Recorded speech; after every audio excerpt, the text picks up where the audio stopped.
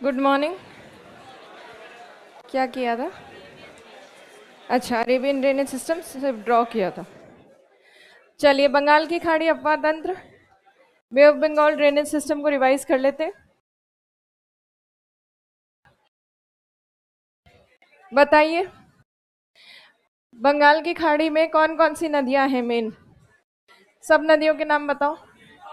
स्वर्णरेखा, वैतरणी, ब्राह्मणी और महानदी और Vamsadhara, Godavari, Krishna, Penneru, Palar, Ponnaiyar, extra rivers लिखी थी ना हमने, और कावेरी और वेगई। ये भूल गए नदियां? ये करनी नहीं है बट याद तो रखो सीक्वेंस में।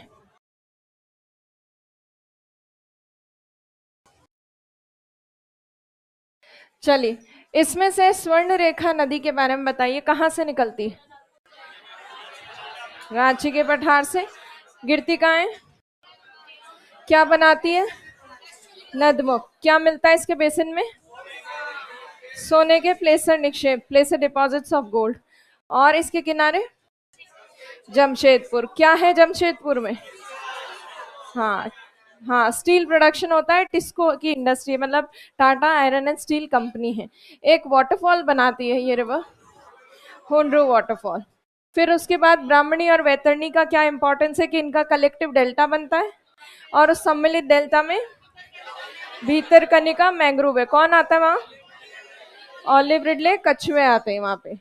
फिर महानदी जो है ये छत्तीसगढ़ छत्तीसगढ़ और उड़ीसा से होते हुए आती है। कहाँ से निकलती है महानदी? सिहावा पहाड़ियों से। और फिर गिरती है बंगाल की खाड़ी में डेल्टा बनाते हुए। इसके डेल्टा में, हाँ हाँ, इसके डेल्टा क्षेत्र में कटकपुरी, भुवनेश्वर और राष्ट्रीय जलमार्ग नंबर, स्टूल। स्टूल है क्या वहां एक्स्ट्रा? हाँ, लाओ दो। हाँ, डेल्टा क्षेत्र में कटकपुरी, भुवनेश्वर और नेशनल वाटरवे 5 है। और फिर बताइए, महानदी का डेल्टा बेसिन जो होता है उसका शेप क्या है छत्तीसगढ़ में? बोल शेप, कटोरे जैसा, और उसमें होती है चावल की खेती, इसलिए उस छत्तीसगढ़ को चावल का कटोरा कहा जाता है, भारत का। और हाँ, हीराकुंड डैम जो सबसे लंबा बांध है। इसके ऊपर वाली ट्रिब्यूटरीज इब, मंद, हसदो, शोनार, नीचे वाली तेल और क्या था इससे, यही मेन चीजें थी। फिर उसके बाद हमने की थी गोदावरी। कहाँ से निकलती है? कलसुबाई पीक में त्रियंबक पठार से। और गोदावरी दक्षिण भारत की सबसे लंबी नदी, इंडिया की सेकेंड लॉन्गेस्ट। हाँ, 1465, 1465 किलोमीटर इसकी लेंथ है। इसके अलग अलग नाम, वृद्ध गंगा और दक्षिणी गंगा। और गोदावरी नदी कौन कौन से राज्यों से होते हुए जाती है? महाराष्ट्र, महाराष्ट्र, तेलंगाना, आंध्र प्रदेश और पुडुचेरी। पुडुचेरी का यनम वाला जो स्थान है वहां से। फिर उसके बाद गोदावरी नदी की ऊपर से आने वाली सहायक नदियां, पूर्णा, प्राणहिता, इंद्रावती, सबरी, सिलेरू। प्राणहिता बनती है 3 नदियों से, पेनगंगा, वेनगंगा और वर्धा। नीचे से आती है प्रवारा और मंजरा। इसमें से मंजरा नदी पर या प्रवारा नदी पर किस पर है बांध? और कौन सा बांध है? निजाम सागर बांध। और ऊपर से जो नदियां हैं, इंद्रावती नदी पे कौन सा वाटरफॉल? चित्रकोट। और सिलेरू नदी का दूसरा नाम मचकुंड। सिलेरू पर प्रोजेक्ट बाली मेला। गोदावरी नदी पर खुद पर आंध्र प्रदेश में पोलावरम बांध। और क्या था इसमें, यही थी मेन चीजें। फिर उसके बाद कृष्णा नदी। कहाँ से निकलती कृष्णा? महाबलेश्वर से। और फिर ये कहाँ कहाँ कौन कौन से स्टेट्स में जाती है? हाँ, महाराष्ट्र, कर्नाटक, तेलंगाना, आंध्र प्रदेश से होते हुए जाती है। कृष्णा नदी साउथ इंडिया की दूसरी सबसे लंबी नदी है। कितनी लेंथ है? 1400 किलोमीटर, 1400 किलोमीटर इसकी लेंथ है। कृष्णा नदी की उस साइड की सहायक नदियां भीमा और मूसी, नीचे की कोयना, घाटप्रभा, मालप्रभा, तुंगभद्रा। इसमें से तुंगभद्रा नदी पर कहां पर? कर्नाटक में। कोयना नदी पर शिवाजी सागर डैम, कहां पर? महाराष्ट्र में। और कृष्णा नदी पर खुद पर नागार्जुन सागर और श्रीसेलम। और इसमें ये नागार्जुन सागर श्रीसेलम वाला रीजन टाइगर प्रोजेक्ट है इंडिया का सबसे बड़ा। अच्छा, मूसी नदी के किनारे हैदराबाद स्थित है। तो कृष्णा नदी में यही किया था हमने। फिर पेनेरू नदी कहाँ से निकलती है? कर्नाटक की नंदी पहाड़ियों से, डेल्टा बनाती है नेल्लौर में, और इसकी सहायक नदी है पापाग्नि। और ये पेनेरू जो नदी है ये कावेरी और कृष्णा नदी के बीच में बेसिन बनाती है, सेपरेट करती है इनको। पालर और पोन्नैयार हमें नहीं करनी, कावेरी हमने देखी थी। कावेरी कहाँ से निकलती है? ब्रह्मगिरी पहाड़ियों से निकलती है, कर्नाटक से होते हुए तमिलनाडु में डेल्टा बनाकर और फिर गिरती है। ये साउथ इंडिया की ऐसी नदी है जो सदा वाहिनी है। अरे लो, आराम से रखो। हाँ, सदावाहिनी नदी है क्योंकि ये दोनों तरफ से जल प्राप्त करती है, साउथ वेस्ट और नॉर्थ ईस्ट दोनों तरह की विंड से वाटर प्राप्त करती है। और फिर उसके बाद ये नदी जो है इसके बेसिन में किसकी खेती होती है? चावल की खेती। कावेरी की ऊपर से आकर मिलने वाली सहायक नदियां हेमावती, शिमसा, अर्कावती। नीचे से लक्ष्मण तीर्थ, भवानी, कबानी, भवानी और अमरावती, नोयल, ये भी इसकी सहायक नदियां हैं। और ये तीन बार दो भागों में बढ़ती। बीच बीच में नदी द्वीप है। कौन कौन से?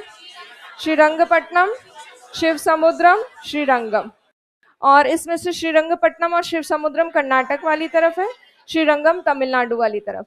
इस पे वाटरफॉल्स भी हैं, शिव समुद्रम कर्नाटक वाली तरफ और इधर तमिलनाडु में होंगेनकल।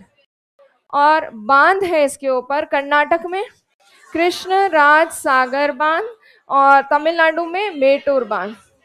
मेटूर बांध से एक स्टैनली जलाशय बनता है, स्टैनली रिजर्वर बनता है, हमने लिख भी लिया था ये।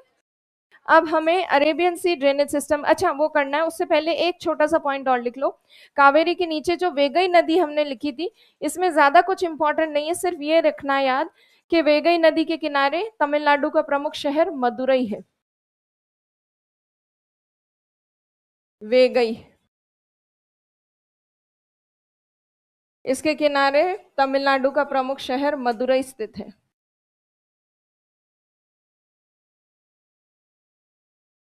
At the bank of this river, major city of Tamil Nadu, Madurai is located. Major city of Tamil Nadu, Madurai is located.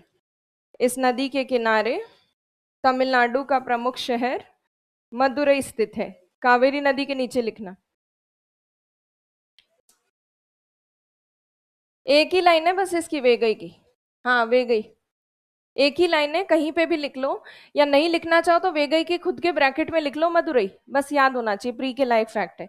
इस नदी के किनारे तमिलनाडु का प्रमुख शहर मदुरई स्थित है। तमिलनाडु का प्रमुख शहर मदुरई स्थित है। At the bank of this river, at the bank of this river, major city of Tamil Nadu, Madurai is located.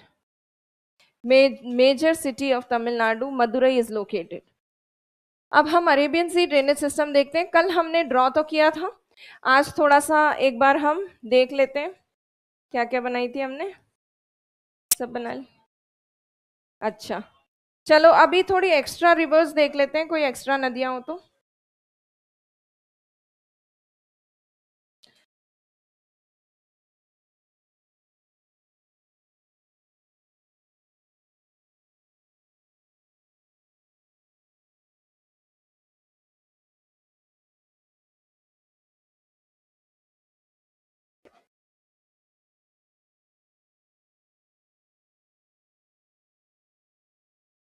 ये देखिए, अब एक्स्ट्रा नदियां देख लेते हैं इधर।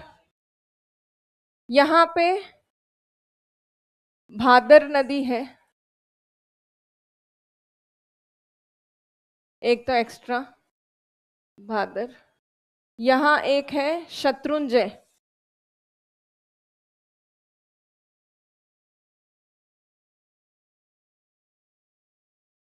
तो भादर और शत्रुंजय ये नदियां लिख लो। भादर, शत्रुंजय, साबरमती, माही, नर्मदा, तापी, और नीचे तो है पोन्नानी और पेरियार।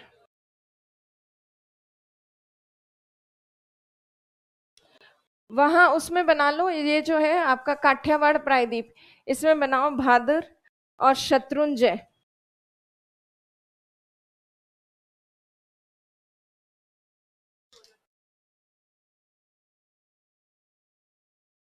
इसमें दे रखी होगी, देना। भादर है, अच्छा दोनों दे रखी है। भादर और शत्रुंजय दोनों आपके काठियावाड़ प्रायद्वीप पे दे रखी है। भादर को भदर लिखा हुआ है और शत्रुंजय को शतरंजी, शतरंजी लिखा हुआ है। और गोवा में वो है क्या, मंडोवी जुआरी, और वो गोवा में है क्या? भादर या फिर एटलस में भदर लिखा हुआ है।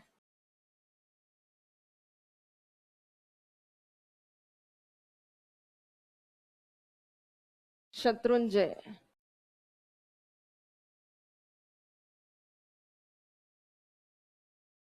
गोवा की देख लेते हैं। कल क्यों नहीं आए थे तुम, कल कहाँ थे? अच्छा,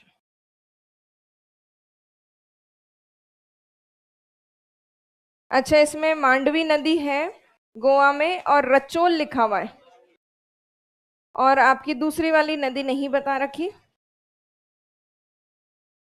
चलो जुआरी नहीं बता रखी इसमें, चलो रसोल को भी रचोल लिखा हुआ है एटलस में, कोई बात नहीं। तो बाकी नदियां तो ठीक है, गुजरात की ये दो एक्स्ट्रा नदियां और बना लो।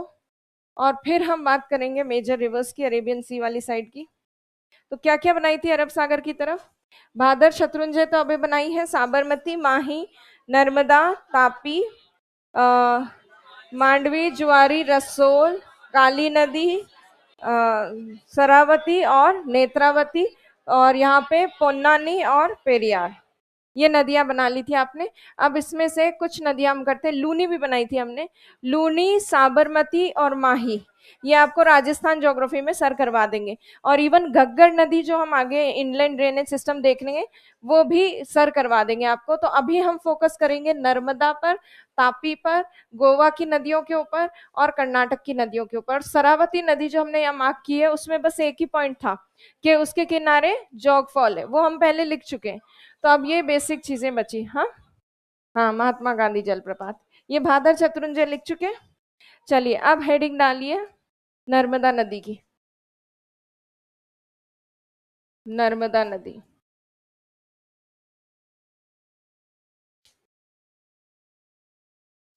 13-12 किलोमीटर इसकी लेंथ है,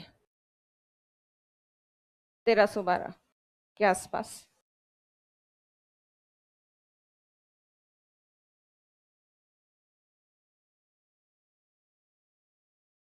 ये देखो नर्मदा की लंबाई, नर्मदा यहाँ बनी भी अच्छी खासी, इसी को फायदे में उठाते हैं।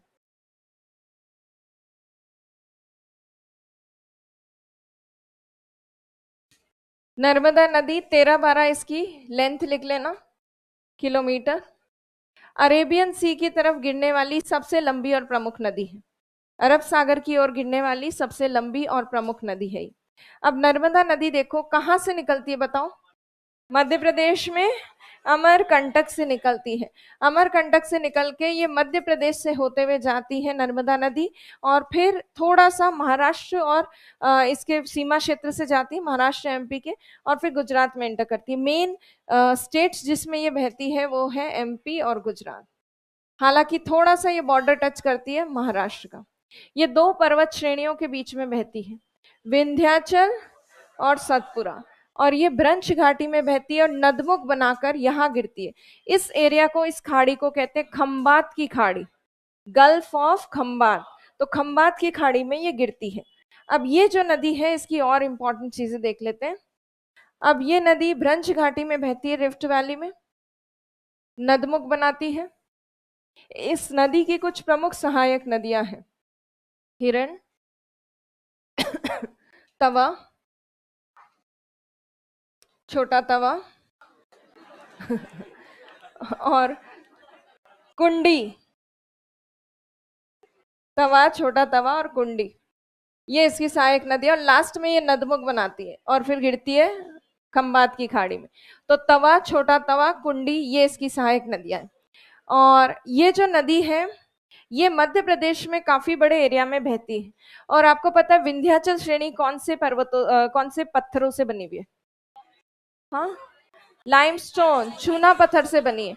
और लाइमस्टोन का जब वो होता है मेटामॉर्फाइज होता है, कायांतरित होता है, तो क्या बनता है? संगमरमर, मार्बल बनता है। तो यहाँ पे नर्मदा के कुछ वाटरफॉल्स बनते हैं और वो मार्बल की चट्टानों से गिरते हैं। तो नर्मदा नदी पर जबलपुर के पास, हाँ, धुआंधार जलप्रपात है, धुआंधार। और कपिल धारा नाम का भी जलप्रपात है, कपिल धारा। तो धुआंधार और कपिल धारा नाम के वाटरफॉल्स हैं इसमें। और इसमें से धुआंधार जलप्रपात को संगमरमर जलप्रपात भी कहते हैं। संगमरमर जलप्रपात, मार्बल फॉल, धुआंधार को मार्बल फॉल भी कहा जाता है, मार्बल फॉल। ये नदी जो है ये नॉर्थ इंडिया और साउथ इंडिया के बीच में है। मतलब जैसे विंध्याचल श्रेणी उत्तर भारत दक्षिण भारत को अलग करती है, वैसे ये नॉर्थ इंडिया और साउथ इंडिया के बीच में है। अब ये नदी जो है इसके ऊपर कुछ प्रोजेक्ट स्थित हैं, कुछ परियोजनाएं स्थित हैं, मध्य प्रदेश में भी और गुजरात में भी। मध्य प्रदेश के जो कुछ प्रोजेक्ट्स हैं, एमपी के प्रोजेक्ट्स का नाम है इंदिरा सागर परियोजना, इंदिरा सागर प्रोजेक्ट। इंदिरा सागर परियोजना के अलावा इस नदी के ऊपर ओमकारेश्वर और महेश्वर परियोजना भी है, ओमकारेश्वर, महेश्वर।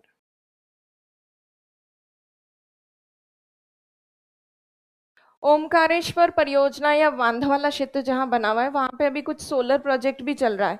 वहां पे कुछ सोलर पावर प्लांट वगैरह कुछ एस्टेब्लिश कर रहे हैं शायद। क्या कर रहे हैं? हाँ, फ्लोटिंग वाला कुछ स्थापित कर रहे हैं। और जब वो स्थापित हो जाएगा शायद वो सबसे बड़ा होगा इंडिया का, अभी डेवलप हो रहा है। तो ओमकारेश्वर सोलर एनर्जी के पॉइंट ऑफ व्यू से भी थोड़ा सा न्यूज में चल रहा था। तो इंदिरा सागर, ओमकारेश्वर, महेश्वर ये प्रोजेक्ट्स है मध्य प्रदेश में। गुजरात में इस नदी पर है सरदार सरोवर परियोजना, सरदार सरोवर, सरदार सरोवर प्रोजेक्ट। इस नदी के किनारे गुजरात का एक प्रमुख शहर भी है, भरूच। हाँ, ये आपको एटलस में मिल जाएगा, भरूच शहर इसके किनारे है। और ये जो नदी है इस पर साधु बेटा नाम का एक द्वीप है। और उसी साधु बेटा द्वीप पर स्टैचू ऑफ यूनिटी जो है वो स्थापित किया गया, साधु बेटा आइलैंड। साधु बेटा नहीं, साधु बेत है शायद, है ना? साधु बेत द्वीप के ऊपर unity, statue of unity established है। और वो अब जो है बाकी इसके बारे में तो बस ये मेन चीजें, परियोजनाएं, वाटरफॉल्स, डैम्स हैं, वाटरफॉल्स हैं, कुछ ट्रिब्यूटरीज हैं इसकी, और एक इसके अंदर आइलैंड है। तो ये इसकी मेन चीजें, इसको एटलस में लोकेट कर लो जितनी मिल जाए, और नहीं तो ये ड्रॉ कर लो फिर लिख लेंगे। नर्मदा नदी महाराष्ट्र के बॉर्डर रीजन से होते हुए दिख रही है, यहाँ से। बॉर्डर नहीं बताया? अच्छा, हाँ दे रखी। छोटा तवा, तवा वगैरह भी दे रखी है। तो ये थोड़ा सा ड्रॉ कर लो। ओहो, बनाओ। और छुट्टियां डिक्लेयर हो गई हैं?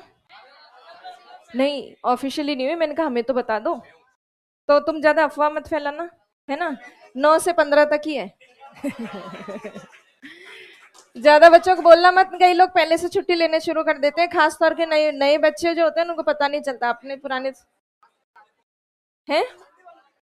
संडे का पता नहीं, हो भी सकती है क्लास, अभी अभी बताएंगे, अभी तो केवल छुट्टी का डिक्लेयर हुआ, हुई भी तो भी क्या है, हफ्ते भर की छुट्टी मिल रही है तो एक संडे कुर्बान करना बनता है। पता नहीं, देखो टेस्ट तो कैंसिल, मतलब इस मंडे को तो है, अगले मंडे वाला टेस्ट शायद कैंसिल कर देंगे।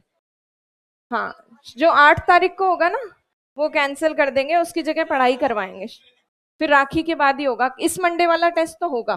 ठीक है, इस मंडे का तो पढ़ लेना। चलो चलो बना लो जल्दी से, फिर लिखेंगे।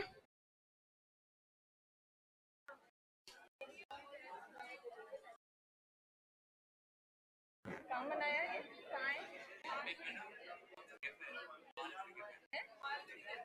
मारुति, मालगुड़ी।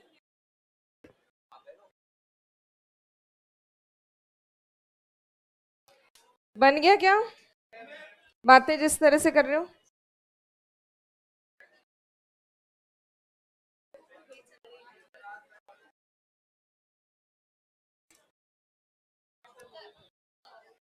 हाँ, तवा, छोटा तवा, कुंडी, तवा भी है, तवा भी है। अच्छा, मैंने छोटी लिख दी क्या? छोटा तवा है, छोटी तवा नहीं है। छोटा, छोटा तवा। इंग्लिश में भी लिखो क्या? रहने दे रहने दे। चलो, ये लो, हो गया। साधु बेट द्वीप है जिसके ऊपर वो अपना स्टैचू ऑफ यूनिटी है, एकता की प्रतिमा। यही होगी ना, और तो क्या होगा।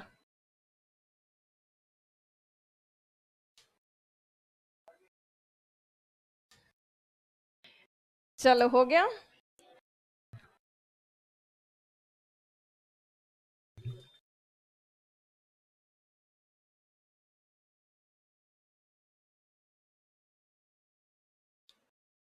हम्म, कपिल धारा वाटरफॉल है।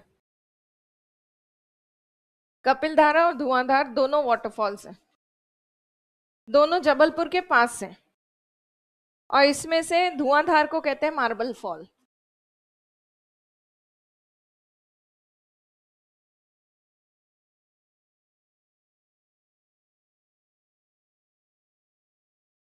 हो गया अब,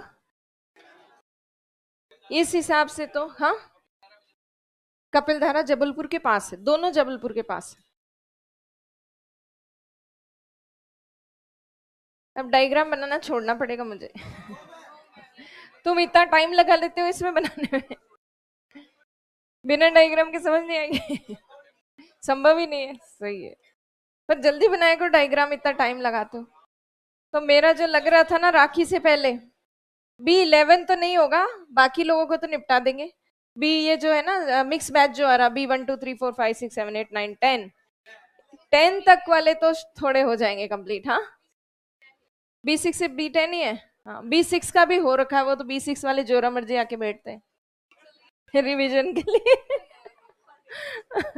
इनके कोई भरोसे नहीं, आगे वाली क्लासों में भी नजर आ जाए तो।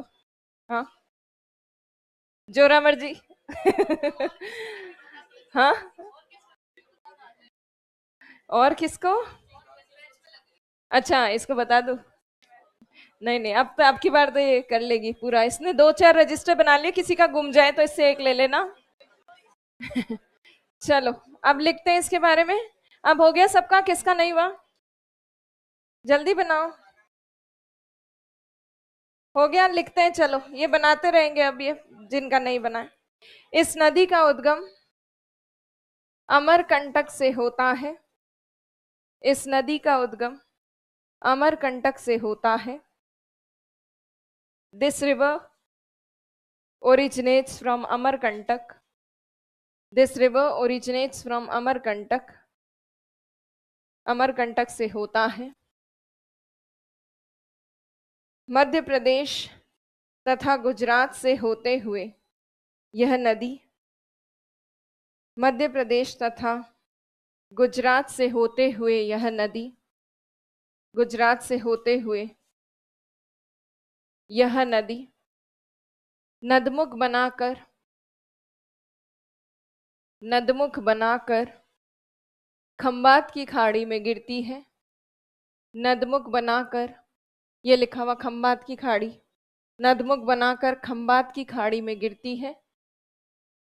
After flowing through MP and Gujarat, after flowing through MP and Gujarat, MP and Gujarat, this river falls in Gulf of Khambat. This river falls in Gulf of Khambat after forming an estuary. This river falls in Gulf of Khambat after forming an estuary. ऊपर लिखा हुआ printed में नहीं दिख रहा, लिख लिया। Gulf of Khambat after forming an estuary. फिर लिखिए, यह नदी विंध्याचल तथा सतपुरा श्रेणियों के बीच, यह नदी विंध्याचल तथा सतपुरा श्रेणियों के बीच भ्रंश घाटी से बहती है। विंध्याचल तथा सतपुरा श्रेणियों के बीच भ्रंश घाटी से बहती है। This river flows through rift valley, this river flows through rift valley between, flows through Rift Valley between Vindhyachal and Satpura ranges, Rift Valley between Vindhyachal and Satpura ranges, Vindhyachal and Satpura ranges. फिर उसके बाद लिखिए, जबलपुर के पास यह नदी, जबलपुर के पास यह नदी धुआंधार तथा कपिलधारा जलप्रपात बनाती है। जबलपुर के पास यह नदी धुआंधार तथा रिफ्ट वैली, दोनों माउंटेन्स के आगे जाके जुड़ जाते, दोनों ब्लॉक माउंटेन आगे जाके कनेक्ट हो जाते, जुड़ जाते, जो वो है वो बघेलखंड प्लेटो, वहां पे कन्वर्ज हो जाते दोनों माउंटेन्स। तो दोनों के बीच में गैप जहां मिलता है वहां पे ये फ्लो करती है river, Vindhyachal rift valley main region. हाँ, जबलपुर के पास यह नदी धुआंधार तथा कपिलधारा जलप्रपात बनाती है। धुआंधार तथा कपिलधारा जलप्रपात बनाती है। Near Jabalpur, near Jabalpur this river forms, near Jabalpur this river forms Dhuandhar and Kapildhara waterfalls, Dhuandhar and Kapildhara waterfalls। खुशी फोन क्यों देख रही हो? चलो आगे लिखो, धुआंधार हाँ लिखो, धुआंधार जलप्रपात को संगमरमर जलप्रपात भी कहते हैं। धुआंधार जलप्रपात को संगमरमर जलप्रपात भी कहते हैं। Dhuandhar waterfall is also called marble fall, Dhuandhar waterfall is also called marble fall, marble fall. फिर लिखिए, इस नदी की दाएं हाथ की सहायक नदी है हिरण तथा बाएं हाथ की सहायक नदियां हैं तवा, छोटा तवा, कुंडी। इस नदी की दाएं हाथ की सहायक नदी है हिरण, दाएं हाथ की सहायक नदी है हिरण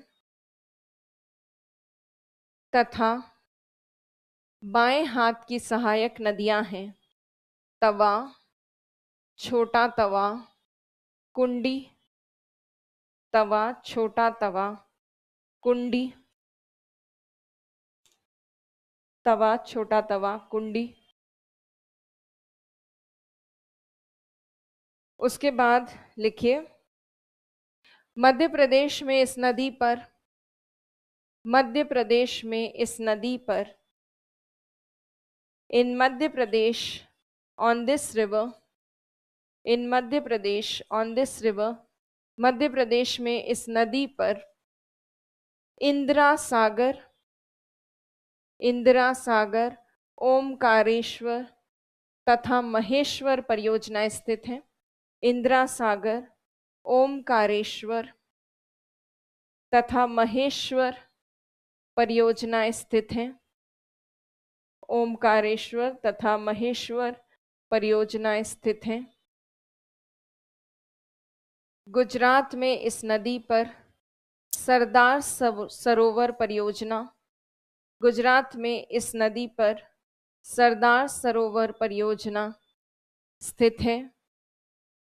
गुजरात में इस नदी पर सरदार सरोवर परियोजना स्थित है।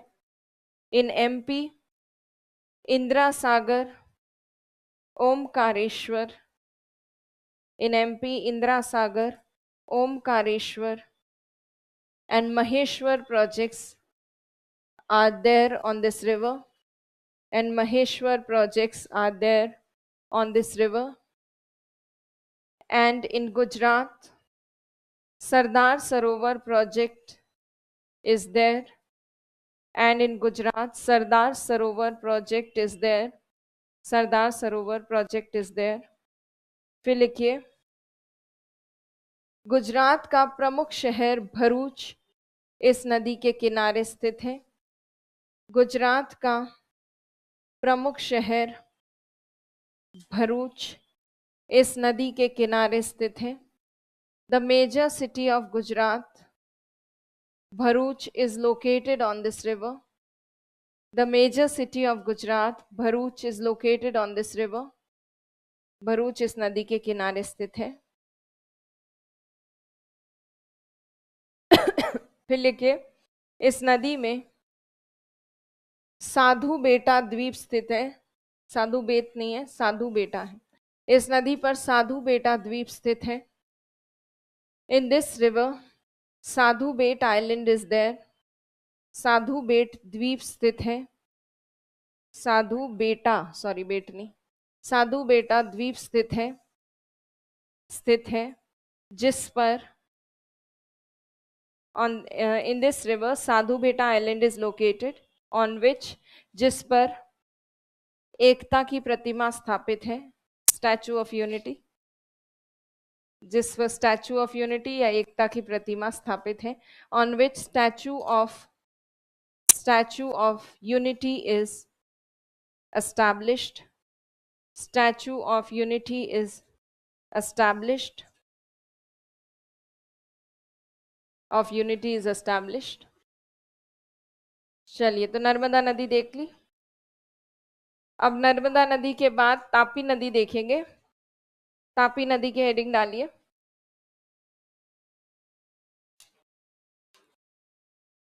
तापी रिवर,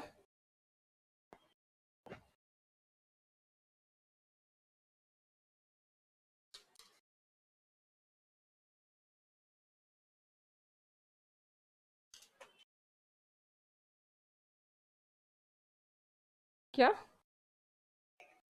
अच्छा, गर्म है क्या इसलिए तापी नाम है? नहीं नहीं, ऐसा कुछ नहीं। ये कहाँ से निकलती है?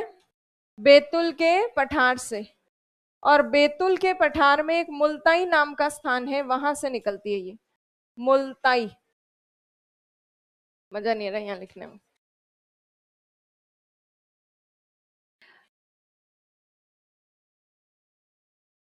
बैतुल पठार और बैतुल प्लाटो रीजन में, बैतुल प्लाटो रीजन में एक मुल्ताई नाम का स्थान है, मुल्ताई, वहां से ये नदी निकलती है।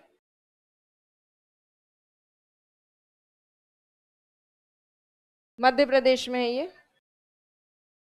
और वहां से निकल के, मुल्ताई से निकल के ये नदी मध्य प्रदेश, महाराष्ट्र से होते हुए गुजरात चली जाती है। मध्य प्रदेश, महाराष्ट्र और गुजरात। गुजरात का प्रमुख शहर है सूरत, वो इस नदी के किनारे स्थित है। और ये नदी भी क्या बनाती है? नदमुख, और ये गिरती है खंबात की खाड़ी में, गल्फ ऑफ खंबात में। और ये जो नदी है, इस पर गुजरात के अंदर उकाई और काकरापारा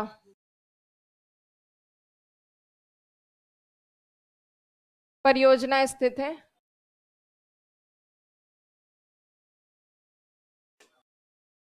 काकरा पार है क्या? इंग्लिश में तो ए एक्स्ट्रा लिखा ही जाता है। काकरा पार या काकरापारा परियोजना। क्या चीज? वो भी है, यहाँ पे एक डैम भी है। सो काकरापारा प्रोजेक्ट नदी के ऊपर भी है, प्लस इसी जगह पे न्यूक्लियर पावर प्लांट भी है। तो एमपी, महाराष्ट्र और गुजरात से होते हुए ये जाती है नदी। क्या, कौन सा जलाशय? पता नहीं वो कौन से उससे बनता है। अच्छा, इसकी कुछ सहायक नदियां हैं, बट वो राइट से है लेफ्ट से है वो ध्यान नहीं है। गिरना और बोरी। गिरना और बोरी दोनों दे रखी है क्या? किधर से, नीचे से? गिरना पहले कि बोरी पहले? बोरी और फिर गिरना। इधर गिरना।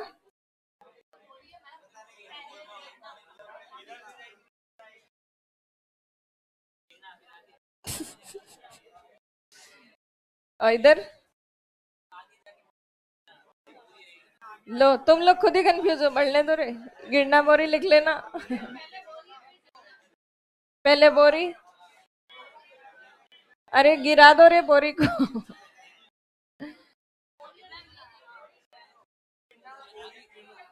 अच्छा, तीन है, गिरना बोरी गिरना।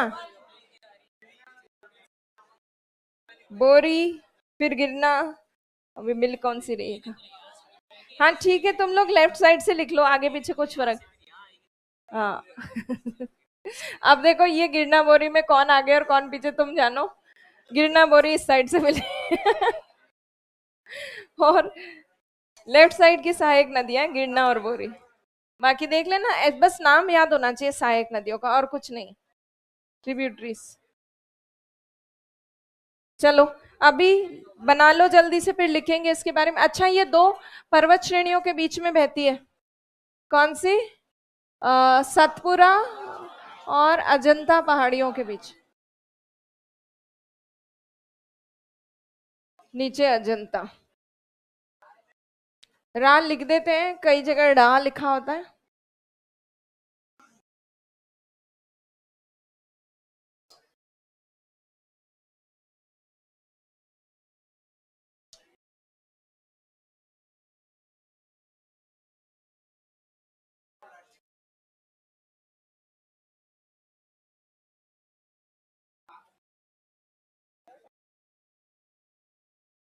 सरदार सरोवर से राजस्थान को बेनिफिट होता है? हाँ होता है।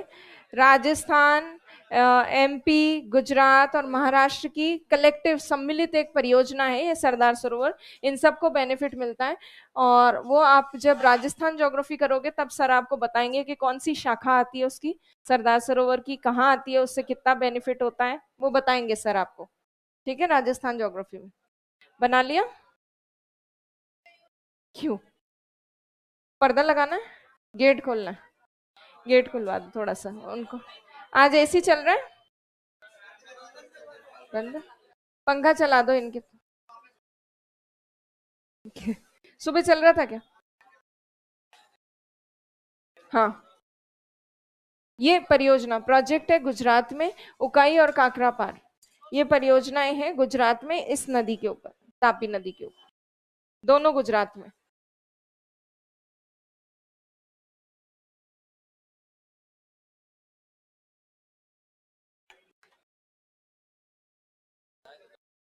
हम्म, बताओ। हाँ,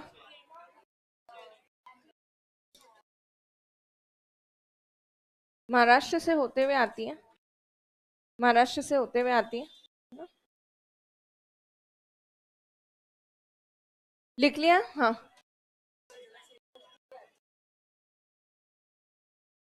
उकल। उकल पता नहीं किससे बन रहा है जलाशय, पर उकाई और काकरापारा परियोजनाएं हैं, मैं हाइड्रो इलेक्ट्रिसिटी प्रोजेक्ट। इंग्लिश में उकाई लिखा हुआ है, हिंदी में गलत लिखा हुआ है, उकल लिखा हुआ है उकाई को। इंग्लिश में वो सही लिखा हुआ है। चलो अभी जो है इसके बारे में, ये देखो, ये एक जो एटलस में देख रहे हो, यहाँ पे 32 नंबर पेज पर सिंचाई एवं सिंचाई परियोजनाएं एवं ऊर्जा परियोजनाएं, इसमें जल विद्युत उत्पादन परियोजनाएं, हाइड्रो इलेक्ट्रिसिटी प्रोजेक्ट, उसमें सरदार सरोवर भी लिखा हुआ है, उकाई भी लिखा हुआ है, और काकरा पाड़ा लिखा हुआ है केवल न्यूक्लियर प्लांट के लिए, वो अलग है। ये काकरा पार यहाँ पे उकाई के पास प्रोजेक्ट है, तो ये दिखे हुए यहाँ पे इंग्लिश में दूसरे नंबर पेज पे होगा किसी पे, HEB प्रोजेक्ट्स है, एनर्जी प्रोजेक्ट सारे, ये देखना, ये रहे।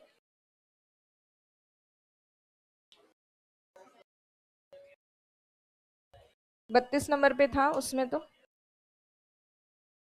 32 तुम्हारे इसमें है क्या? हाँ, हाँ, कुछ इंग्लिश में 39 पेज पे, हिंदी में कुछ लोगों के 29 पेज पे। बना लिया आप सबने? अब चलो हम लिखते हैं इसके बारे में।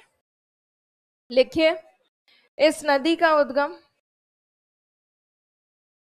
देखिए, इस नदी का उद्गम बैतूल के पठारी क्षेत्र, इस नदी का उद्गम बैतूल के पठारी क्षेत्र में स्थित मुल्ताई नामक स्थान से होता है। बैतूल के पठारी क्षेत्र में स्थित मुल्ताई नामक स्थान से होता है। This river originates from Multai, Multai, MULTAI, Multai, located on Betul Plateau region, Multai, located on Betul Plateau region। यह नदी सतपुरा तथा अजंता, हाँ, पहले वाली रिपीट करो हिंदी में। इस नदी का उद्गम, नहीं, वापस रिपीट कर रही हूँ, दोबारा मत लिखना। इस नदी का उद्गम बैतूल के पठारी क्षेत्र में स्थित मुल्ताई नामक स्थान से होता है। मुल्ताई नामक स्थान से होता है, स्थान से होता है। फिर लिखो, यह नदी सतपुरा तथा अजंता पहाड़ियों के बीच भ्रंश घाटी में बहती है। यह नदी सतपुरा तथा अजंता पहाड़ियों के बीच भ्रंश घाटी में बहती है। This river flows through rift valley, this river flows through rift valley between Satpura and Ajanta hills, Rift Valley between Satpura and Ajanta hills, Ajanta hills। फिर लिखिए, यह नदी नदमुख बनाकर खंबात की खाड़ी में गिरती है। यह नदी नदमुख बनाकर खंबात की खाड़ी में गिरती है। This river falls in gulf of Khambhat, this river falls in gulf of Khambhat after forming an estuary। This river falls in Gulf of Khambat after forming an estuary, after forming an estuary, estuary Khambhat की खाड़ी में गिरती है। फिर उसके बाद लिखिए, गिरना तथा बोरी इसकी बाएं हाथ की सहायक नदियां हैं। गिरना तथा बोरी इसकी बाएं हाथ की सहायक नदियां हैं। Girna and Bori are its left hand side tributaries. Girna and Bori are its left hand side tributaries, सहायक नदियां हैं। फिर लिखिए, यह नदी मध्य प्रदेश, महाराष्ट्र तथा गुजरात से गुजरती है। यह नदी मध्य प्रदेश, महाराष्ट्र तथा गुजरात से गुजरती है। This river flows through Madhya Pradesh, Maharashtra and Gujarat, Madhya Pradesh, Maharashtra and Gujarat, Gujarat का सूरत शहर इस नदी के किनारे स्थित है। गुजरात का सूरत शहर इस नदी के किनारे स्थित है। Surat city of Gujarat, Surat city of Gujarat is located at the bank of this river, Surat city of Gujarat is located at the bank of this river. Located at the bank of this river. उसके बाद लिखिए इस नदी पर गुजरात में, गुजरात में इस नदी पर या इस नदी पर गुजरात में उकाई तथा काकरा पर परियोजना स्थित है। उकाई तथा काकरा पर परियोजना स्थित है। In Gujarat on this river Ukai and Kakrapar projects are located. Ukai and Kakrapar projects are located, परियोजनाएं स्थित हैं। Projects are located. चलिए अब हम बात करेंगे नर्मदा तापी हो गई। महाराष्ट्र में कोई बड़ी अलग से बहुत प्रमुख नदी नहीं है। अब गोवा की नदियां करेंगे, मांडवी करेंगे और फिर जुआरी देखेंगे और फिर लास्ट में पोन्नानी और पेरियार। 4 नदियां और बची हैं, उनको देख लेते हैं। सबसे पहले मांडवी नदी की हेडिंग डालिए। मांडवी नदी को मंडोवी भी कहते हैं।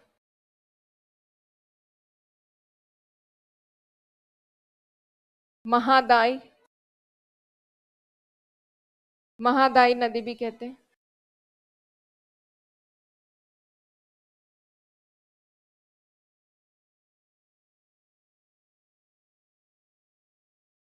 ये इसके डिफरेंट नेम्स हैं।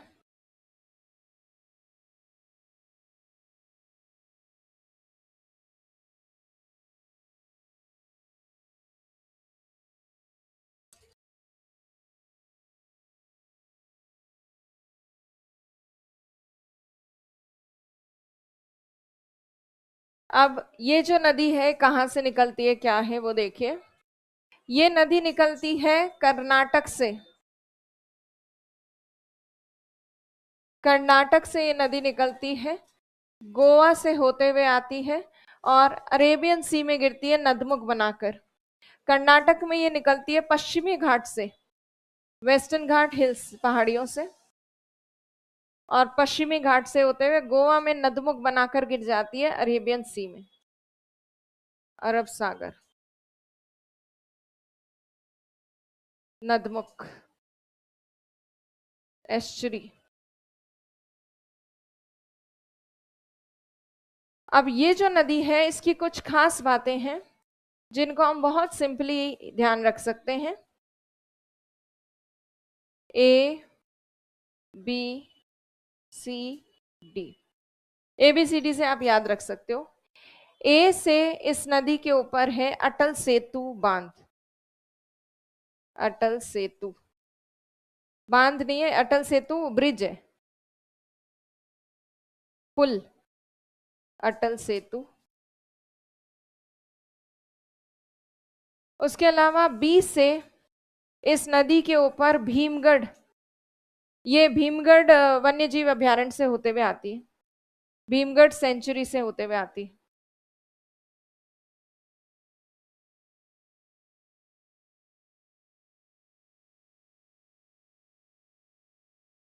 भीमगढ़ अभ्यारण्य या वन्य जीव अभ्यारण्य से होते हुए आती है। सी से इस नदी के ऊपर गोवा की कैपिटल स्थित है, पणजी।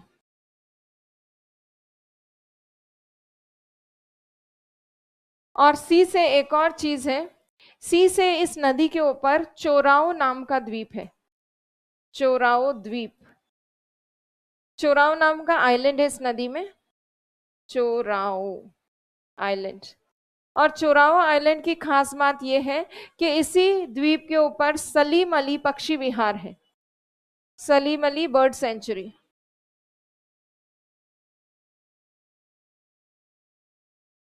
बर्ड सेंचुरी इसके ऊपर है। और डी से इस नदी के ऊपर दूध सागर वाटरफॉल है,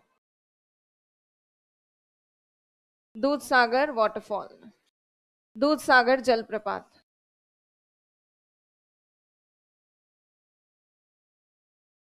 और ये गोवा की सबसे लंबी और सबसे प्रमुख नदी है, गोवा की जीवन रेखा है ये।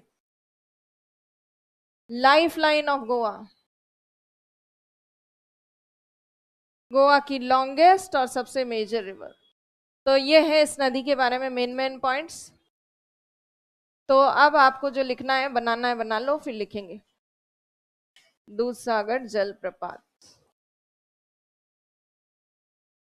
इजी है, एबीसीडी से याद हो जाएगी चीजें।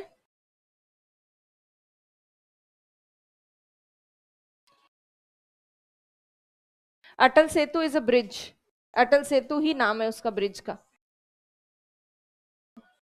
अंग्रेज, अंग्रेजी मीडियम स्कूल। गिर गया मेरा इमली, गिर गई। अंदर रख लेती हूँ, खो जाएगी।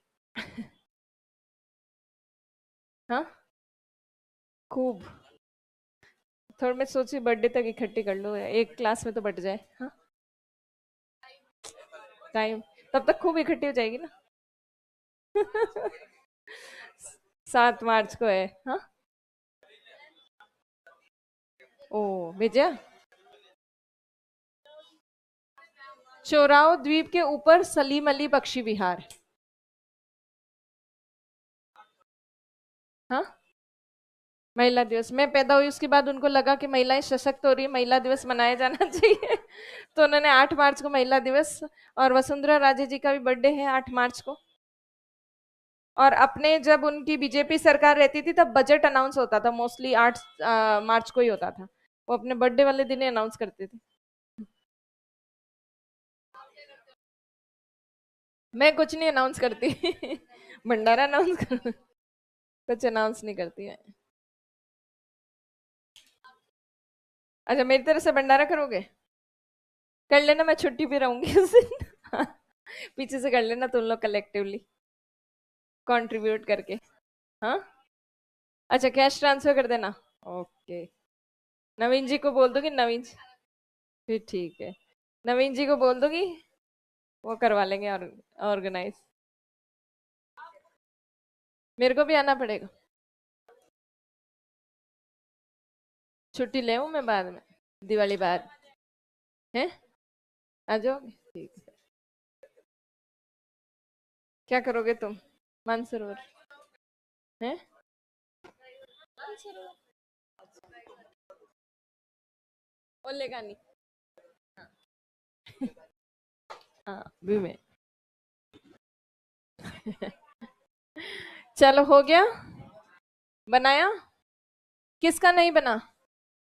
पीछे तो बन गया, कई लोगों का आगे नहीं बना। जल्दी से लिख लो, फिर यही चीजें हमें लिखनी है।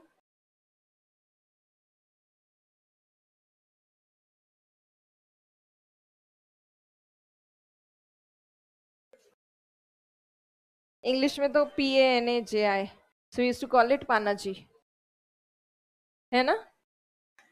इंग्लिश वाले ऐसे ही बोलते, कर्नाटका, महाराष्ट्र, केरला। और फिर सडनली केरल सुनते तो केरल।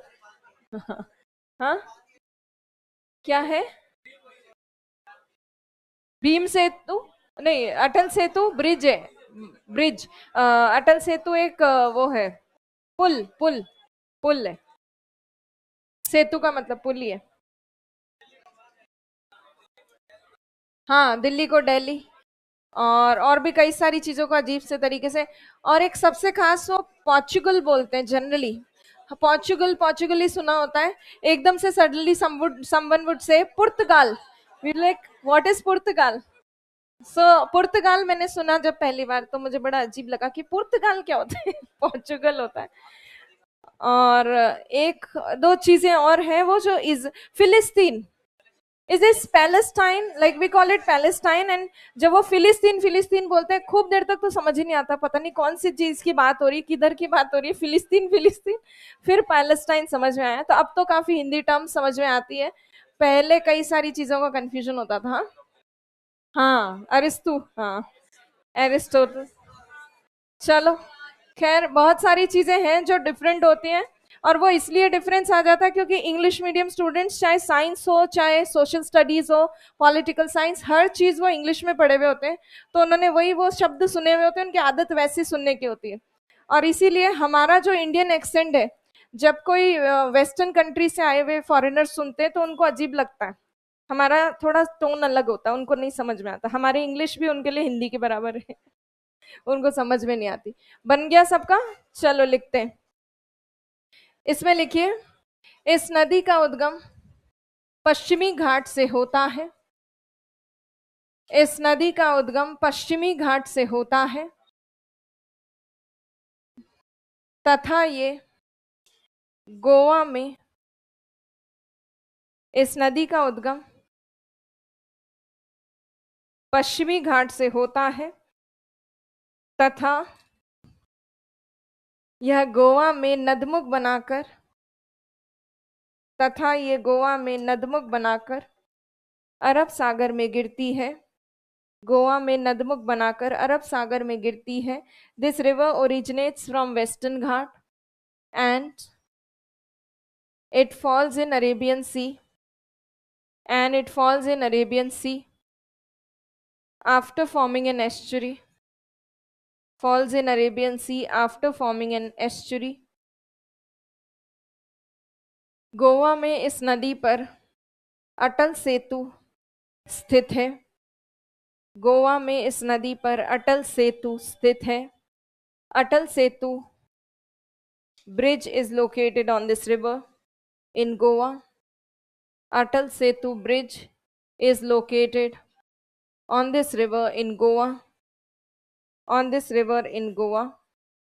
उसके बाद लिखिए, यह नदी भीमगढ़ वन्य जीव अभयारण्य से गुजरती है। यह नदी भीमगढ़ वन्य जीव अभयारण्य से गुजरती है। This river passes through Bhimgarh wild life sanctuary. This river passes through Bhimgarh Wildlife Sanctuary, Wildlife Sanctuary, वन्य जीव अभयारण्य से गुजरती है। पणजी इसी नदी के किनारे स्थित है। पणजी इसी नदी के किनारे स्थित है। Panaji is located on this river। Panaji is located on this river। फिर लिखिए, इस नदी पर चोराओ द्वीप स्थित है। इस नदी पर चोराओ द्वीप स्थित है। Chorao island is located on this, in this river. Chorao island is located in this river. द्वीप स्थित है। इस द्वीप पर सलीम अली पक्षी विहार स्थित है। इस द्वीप पर सलीम अली पक्षी विहार स्थित है। On this island Salim Ali bird sanctuary is located. On this island Salim Ali Bird Sanctuary is located। पक्षी विहार स्थित है। फिर लिखिए, गोवा में इस नदी पर दूध सागर जलप्रपात स्थित है। गोवा में इस नदी पर दूध सागर जलप्रपात स्थित है। इन गोवा दूध सागर waterfall is located on this river। In Goa दूध सागर waterfall is located on this river, स्थित है। और फिर लिखिए, यह गोवा की सबसे लंबी एवं प्रमुख नदी है। यह गोवा की सबसे लंबी एवं प्रमुख नदी है। It is Goa's longest and major river। Longest and major river, सबसे लंबी एवं प्रमुख नदी है। इसे गोवा की जीवन रेखा कहते हैं। इसे गोवा की जीवन रेखा कहते हैं। It is called life line of Goa. It is called life line of Goa. Goa की जीवन रेखा कहते हैं। अब हेडिंग डालिए जुआरी नदी की। सलीम अली पक्षी विहार,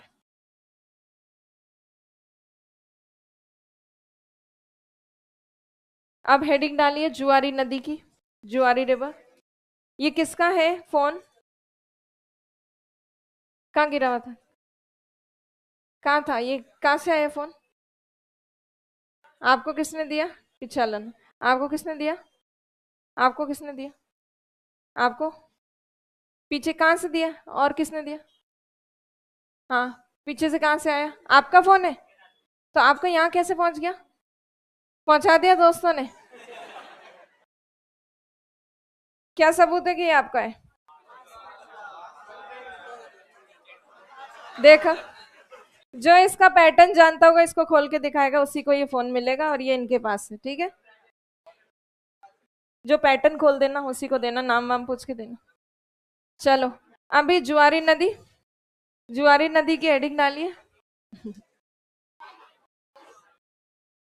और जुआरी नदी में देखिए, ये भी वेस्टर्न घाट से निकलती है और अरेबियन सी में गिरती है।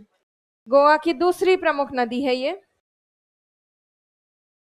गोवा, गोवा की इस नदी को जुआरी इसलिए कहते हैं, जुआ नहीं खेलते इसके किनारे।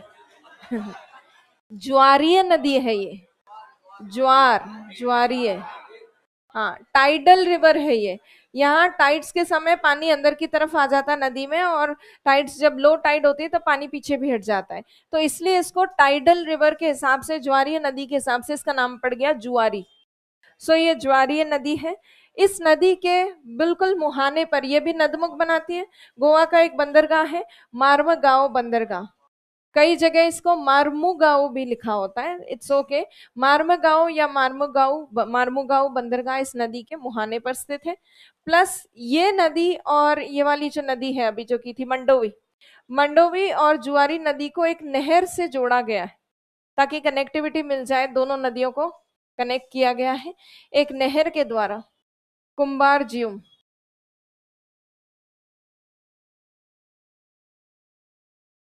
कुंबारजुम,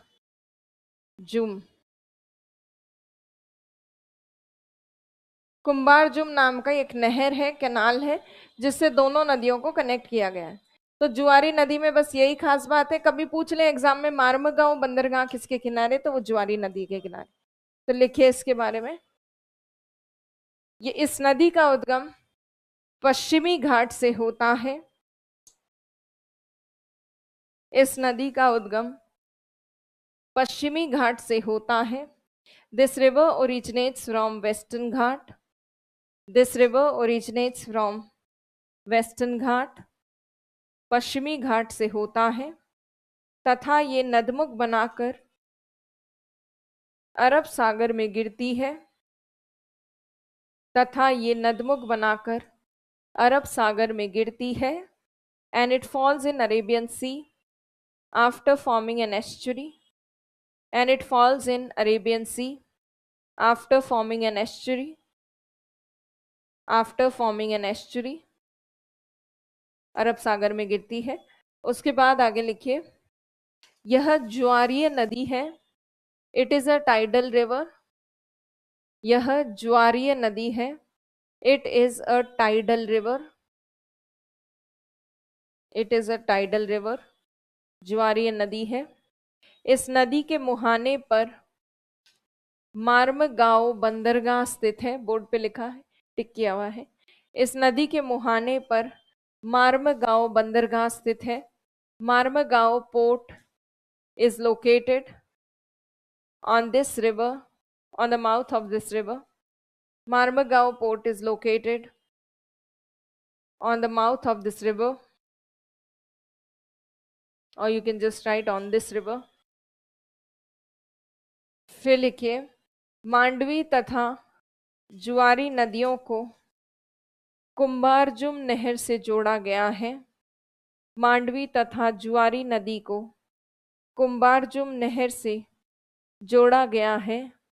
मांडवी एंड जुआरी rivers are connected.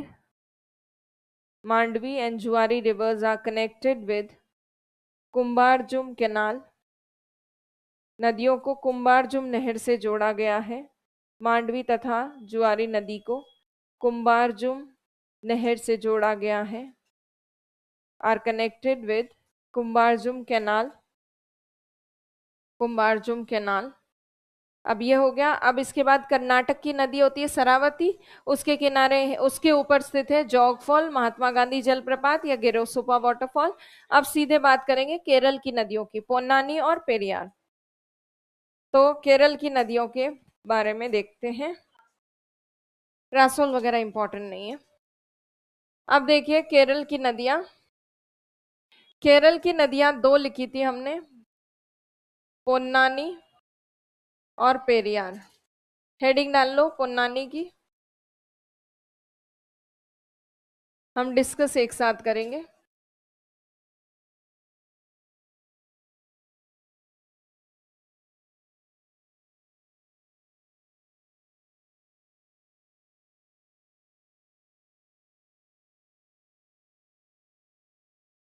पोन्नानी की सिर्फ हेडिंग ला लो।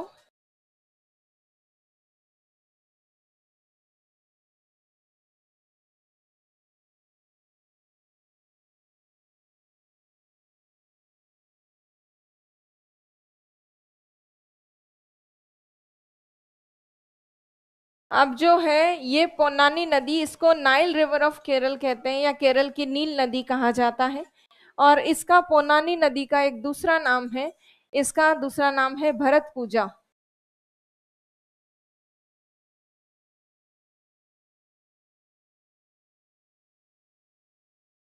इसमें पूजा ऐसे लिखा हुआ है, भरत पूजा इसकी इसका दूसरा नाम है नदी का।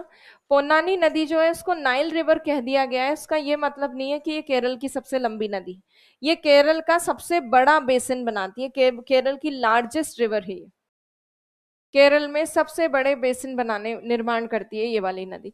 तो ये बड़ी है, हालांकि इसका नाम केरल की नील नदी रखा हुआ है। पेरियार नदी केरल की सबसे लंबी नदी है और सबसे प्रमुख नदी भी है, और इसीलिए इस नदी को, पेरियार नदी को लाइफलाइन ऑफ केरल कहते हैं, केरल की जीवन रेखा कहते हैं। ये जो है पेरियार नदी और पोन्नानी दोनों ही नदियां पश्चिमी घाट से निकलती हैं। पश्चिमी घाट की जो अन्नामलाई पहाड़ियां हैं वहां से निकलती है और अरेबियन सी में गिरती हैं ये दोनों ही नदियां। ये जब गिरती है पेरियार नदी अरेबियन सी में, तो वेम्बरनाड झील के ठीक उत्तर में गिरती है, वेम्बरनाड लेक के ठीक नॉर्थ से होते हुए ये अरेबियन सी में गिरती है, अरब सागर में। इस नदी पर, पेरियार नदी पर एक बांध है इडुक्की बांध, इडुक्की प्रोजेक्ट है इस नदी के ऊपर, इडुक्की प्रोजेक्ट। तो इडुक्की नाम का प्रोजेक्ट भी है जो काफी फेमस है। तो इस इन दोनों नदियों के बारे में यही मेन चीजें हमको लिखनी है, एक तो सबसे लंबी और जीवन रेखा और इडुक्की बांध, दूसरी सबसे बड़ी नील नदी या भरत पूजा नदी कहलाती। तो चलिए लिखते हैं पोन्नानी नदी के बारे में। इस नदी का उद्गम पश्चिमी घाट की अन्नामलाई पहाड़ियों से होता है। इस नदी का उद्गम पश्चिमी घाट की अन्नामलाई पहाड़ियों से होता है। This river originates from Annamalai hills of western Ghat. This river originates from Annamalai hills of western Ghat. Annamalai hills of western घाट पश्चिमी घाट की अन्नामलाई पहाड़ियों से होता है तथा ये अरब सागर में गिरती है। It falls in Arabian sea, and it falls in Arabian sea, तथा ये अरब सागर में गिरती है। उसके बाद लिखिए, इसे केरल की नील नदी कहा जाता है, इसे केरल की नील नदी कहा जाता है। It is called Nile river of Kerala, it is called Nile river of Kerala, Kerala की नील नदी कहा जाता है। इसे भरत पूजा नदी भी कहते हैं, इसे भरत पूजा नदी भी कहते हैं। It is also called Bharathapuzha river, it is also called Bharathapuzha river.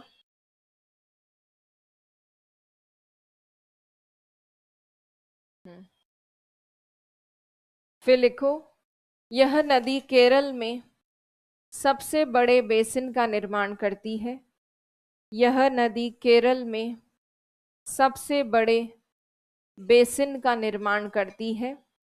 This river forms largest basin in Kerala. This river forms largest basin in Kerala. Form largest basin in Kerala, सबसे बड़े बेसिन का निर्माण करती है। अब हेडिंग डालो पेरियार नदी की।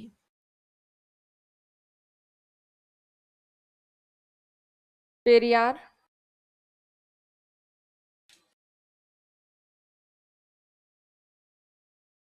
पेरियार लिख लिया, कुछ रह गया? ऐसे लिख लो, कोई बात नहीं। पेरियार में लिखिए, इस नदी का उद्गम पश्चिमी घाट की अन्नामलाई पहाड़ियों से होता है। इस नदी का उद्गम पश्चिमी घाट की अन्नामलाई पहाड़ियों से होता है। This river originates from Annamalai hills of western Ghat. This river originates from Annamalai hills of western घाट। पश्चिमी घाट की अन्नामलाई पहाड़ियों से होता है तथा ये अरब सागर में गिरती है। And it falls in Arabian sea, तथा ये अरब सागर में गिरती है। And it falls in Arabian sea. यह केरल की सबसे लंबी एवं प्रमुख नदी है। यह केरल की सबसे लंबी एवं प्रमुख नदी है। It is Kerala's largest and longest and major river. It is Keral's longest and major river. Longest and major river, सबसे लंबी एवं प्रमुख नदी है। इसे केरल की जीवन रेखा कहा जाता है। इसे केरल की जीवन रेखा कहा जाता है। It is called lifeline of Kerala. It is called lifeline of Kerala. Kerala की जीवन रेखा कहा जाता है। इस नदी पर इडुक्की बांध स्थित है, या इडुक्की, हाँ बांध ही लिख लो। इस नदी पर इडुक्की बांध स्थित है। Idukki dam is located on this river. Idukki dam is located on this river. Is located on this river. Idukki बांध स्थित है। तो ये हो गई हमारी पोन्नानी पेरियार वगैरह भी। तो हमने प्रायद्वीपीय अपवाह तंत्र भी देख लिया। इसके बाद कभी भारत का ड्रेनेज सिस्टम बताना हो तो आपने बे ऑफ बंगाल, अरेबियन सी, ये सब तो बता दिया। और इसके अलावा इनलैंड ड्रेनेज सिस्टम भी बताना होता है। इनलैंड ड्रेनेज सिस्टम, अंतःस्थलीय अपवाह तंत्र।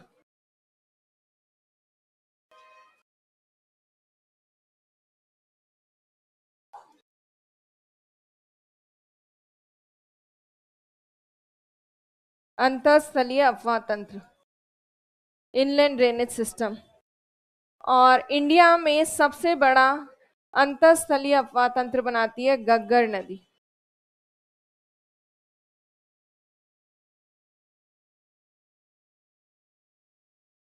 घग्गर रिवर। तो ये नदी सबसे बड़ा इनलैंड ड्रेनेज सिस्टम बनाती है इंडिया में। ये वैसे आपको राजस्थान ज्योग्राफी में सर करवाएंगे। ये हिमाचल प्रदेश से निकलती है, हिमाचल प्रदेश की शिमला कालका पहाड़ियों से। शिमला कालका पहाड़ियां, कालका हिल्स।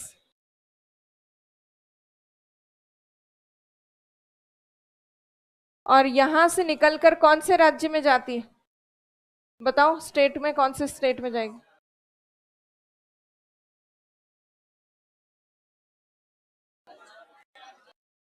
हिमाचल प्रदेश के ठीक बाद में कहा जाएगी? हरियाणा। हरियाणा से होते हुए राजस्थान। और आपको याद हो तो हमने एक सतलज के मैदान का मैप बनाया था, डायग्राम। उसमें मैंने आपको एक प्रिंटेड डायग्राम दिखाया था, उसमें वो घग्गर नदी भी दिख रही थी। तो घग्गर नदी हरियाणा और पंजाब के वैसे बॉर्डर रीजन से बहती, पर सामान्यतः बोलते हैं कि हिमाचल प्रदेश से ये हरियाणा आती है और हरियाणा से ये होते हुए आती है राजस्थान। और राजस्थान में कहाँ तक जाती है? जिन्होंने कर रखा है, राजस्थान में श्री गंगानगर के अनूपगढ़ नामक स्थान पर, अनूपगढ़ नामक स्थान तक पहुंचती है, फिर लुप्त हो जाती है। कभी कभी इसमें पानी जब ज्यादा होता है बारिश के टाइम पे, तो ये आगे बढ़ते बढ़ते बढ़ते पाकिस्तान के फोर्ट अब्बास नामक स्थान तक चले जाते। फोर्ट अब्बास। और ये वैसे सबसे बड़ा इनलैंड ड्रेनेज सिस्टम बनाती है इंडिया के अंदर। इसके बारे में मैं कुछ ज्यादा नहीं लिखाऊंगी, पर आप इसकी हेडिंग डाल के गग्गर का नाम लिख के ये लिख लो कि ये भारत का सबसे बड़ा अंतःस्थलीय अफवाह तंत्र बनाती है। ये सब चीजें आपको राजस्थान ज्योग्राफी में सर करवाएंगे।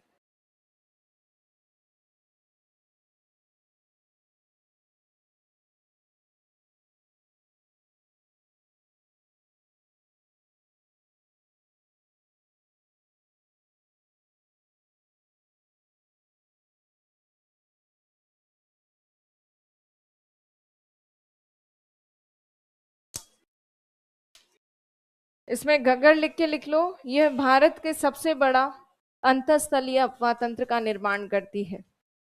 यह भारत के सबसे बड़े अंतःस्थलीय अफवाह तंत्र का निर्माण करती है। भारत के सबसे बड़े अंतःस्थलीय अफवाह तंत्र का निर्माण करती है। It forms India's largest inland drainage system. It forms India's largest inland drainage system.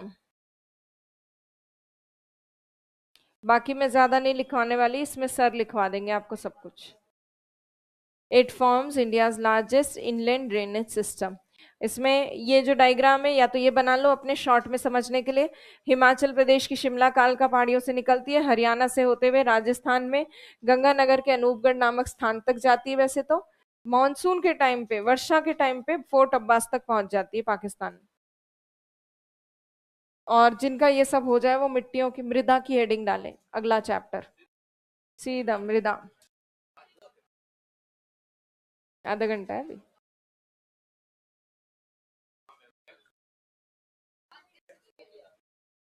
Facts इनकी लंबाई वंबाई मत करो, बेसिक बेसिक चीजें कर लो। इनकी सहायक नदी, ट्रिब्यूटरीज, जैसे कुछ नदियों की तो हो जाती है, इबमंद हसदो वाली तो हो जाती है। हिरण तवा नद, हाँ? हाँ, छोटी छोटा तवी तवा छोटा तवा, ये तो याद हो जाती है, कुछ तो हो जाती है। और मेजर नदियां जो है गोदावरी वगैरह, उनकी ड्रॉ कर करके याद करो, पर गोदावरी वगैरह वाली याद करो। हाँ हाँ, मेन उनकी कर लो। हाँ, गोदावरी की कर लो, कृष्णा कावेरी की कर लो, ऊपर गंगा ब्रह्मपुत्र और इंडस की कर लो बस। बाकियों की छोड़ दो, यही है बस, यही करवाई है। चलो, मृदा और वनस्पति बिना जलवायु कैसे, जैसे अपन कोपेन की करेंगे ना, तो उसमें लिखेंगे कि यहाँ सदाबहार वनस्पति है, यहाँ अर्ध, वो तो वो उसके लिए मृदा और वनस्पति हो रखा होना चाहिए। क्या हुआ? हाँ, श्री लगा लो, श्री लगा लो, सम्मान पूर्वक। हाँ, हिमाचल प्रदेश की शिमला कालका पहाड़ियों से निकलती, फिर आगे श्री गंगानगर तक पहुंचती। हाँ हाँ, श्री लगाओ, विकास सर वहां के है ना, श्री लगाया जाए।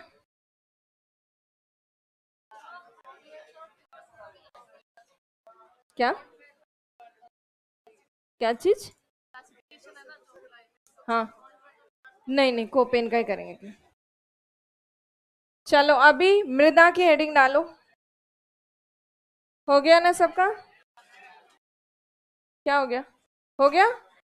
अगले चैप्टर का क्या नंबर है? 7वां। तो 7 चैप्टर की हेडिंग डालो। खुल जा खुल जा।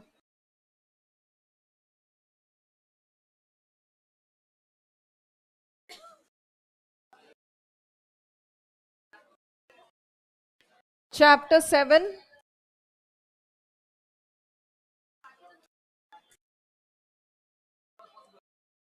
मृदा।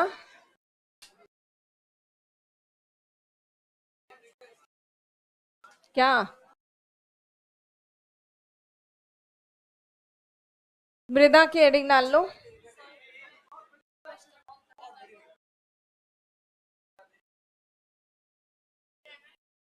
रंगारंग कार्यक्रम करना, किस खुशी में कराऊं? तुम्हारा कोर्स खत्म हो गया, कि आज कोई मतलब कोई त्योहार है, किस खुशी में करवाए जाए रंगारंग? तुम्हारे रंगारंग अगर सिलेबस में लिखा हो तो मैं करा दूं। हाँ, जिस दिन आरपीएससी तुम्हारे सिलेबस में रंगारंग जोड़ देगी उस दिन मैं रोज रंगारंग करवा दूंगी तुम्हारे, कोई दिक्कत नहीं मुझे। हाँ, मृदा, हेडिंग डालो मृदा। खुद राखी से पहले करने की खुद की नीयत नहीं है। मैं नहीं लेना चाह रही तुम्हारी क्लास राखी के बाद, जल्दी जल्दी निपटो, दूसरा बैच पकड़ना है मुझे, बहुत काम है।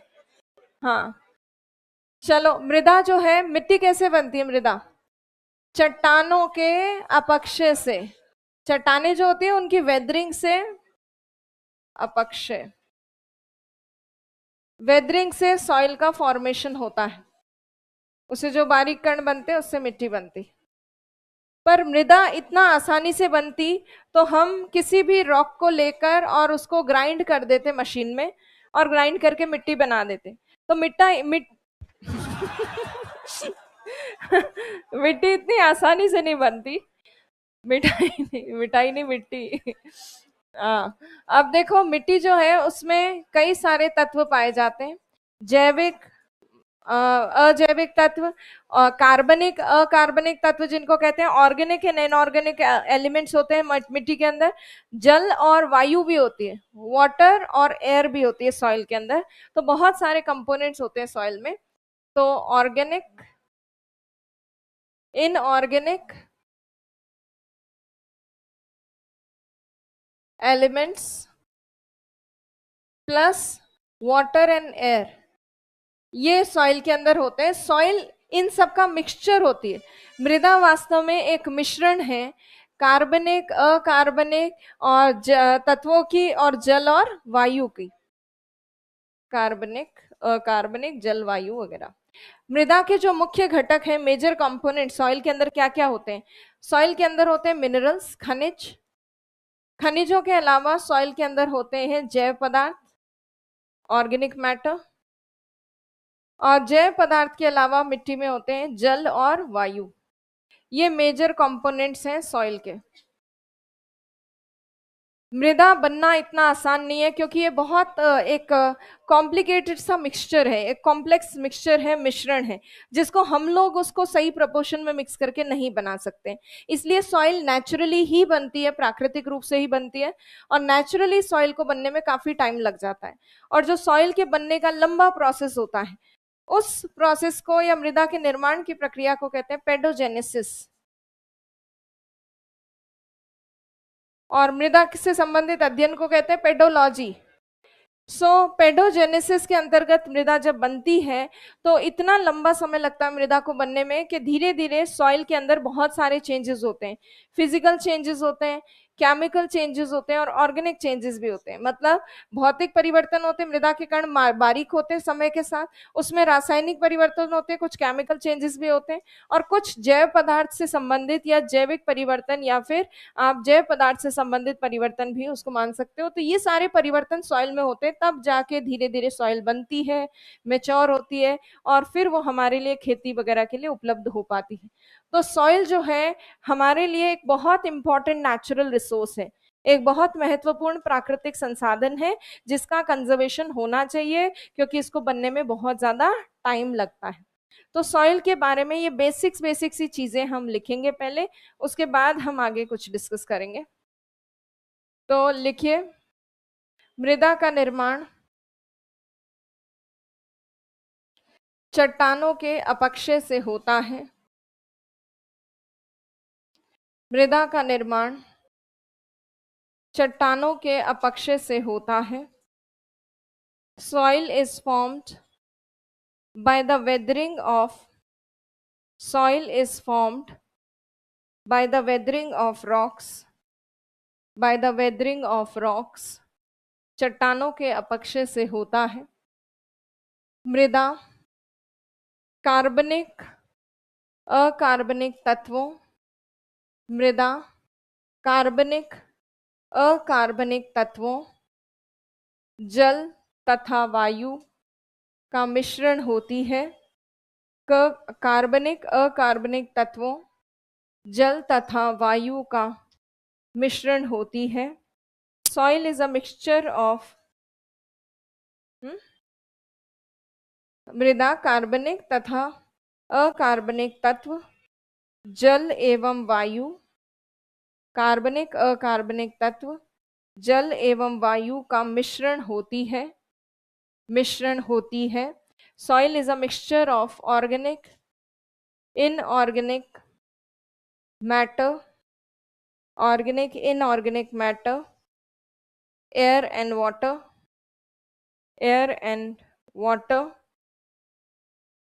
Organic inorganic matter, air and water. मृदा के मुख्य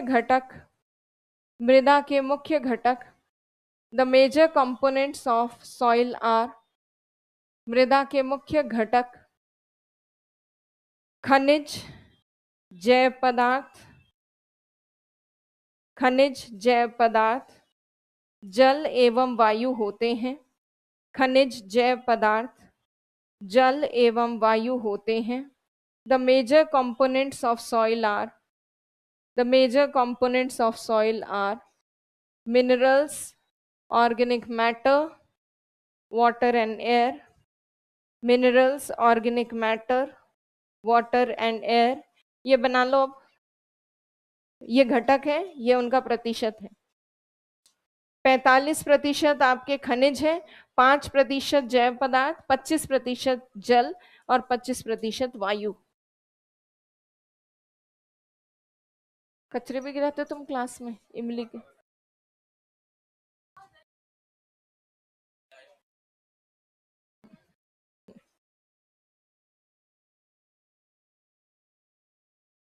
फिक्स नहीं होता, ये एक नॉर्मल सा घटक का वो है प्रतिशत, सामान्य घटक का प्रतिशत।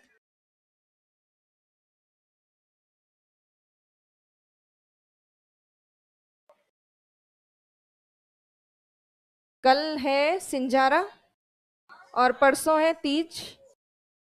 तीज की पहले वाली जो शाम होती है उसी को बोलते हैं सिंजारा। हाँ, तुमको पता ही नहीं? सर ने नहीं बताया? राजस्थान हिस्ट्री में या किसी में सर ने कुछ तो बताया होगा ना, कल्चर में यही होता है। तीज से पहले वाली शाम होती है वो सिंजारा होता है। क्या होता है सिंजारे में? सिंजारे में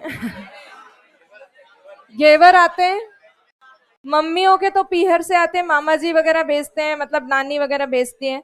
और अगर मान लो बच्चों की कोई सगाई वगाई हो रखी है तो उनके ससुराल से आते हैं। और ससुराल से पोशाक वगैरह भी आती है, गहने वगैरह, मतलब वो भी चीजें आती है। अब जितना बड़ा करो उतना, जितना मन बड़ा हो, जितना हाथ खुला हो उतना कर लो भाई। तो आजकल तो बहुत ही ज्यादा होने लग गया है। माने तो कोई कोई दे गिफ्ट, आपके भी गिफ्ट आएंगे। मैं खुद ही अपने आप को गिफ्ट कर लूंगी, घेवर ला के खा लूंगी खुद ही। घेवर तो आ जाएंगे, गिफ्ट नहीं आएंगे। तो घेवर, जयपुर के घेवर बहुत फेमस है, तो घेवर खाना। हाँ, कहाँ के फेमस है? बर के भी फेमस है, हमारे जयपुर के भी हम बहुत अच्छे लगते हैं। बर पाली के फेमस। हाँ, खाए नहीं इसलिए। एल्बनी, अजमेर के भी घेवर अच्छे हैं। चलो, अजमेर के, बर के, यहाँ के सबके घेवर घेवर अच्छे। और कहाँ है? अच्छा, आप सब अपने अपने जिले बोल दो। जयपुर के अच्छे, हमें तो भाई जयपुर के अच्छे लगते हैं।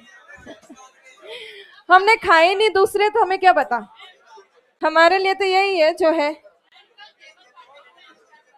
और रबड़ी घेवर इज लाइक ऑसम। तो चलो, एक दिन के लिए कैलोरीज वगैरह भूल के खा लेना। छुट्टी क्यों है? कल सिंजारा है, शाम को लड़कियों मेहंदी लगा लेना। परसों नहीं, जनरली लगाते हैं।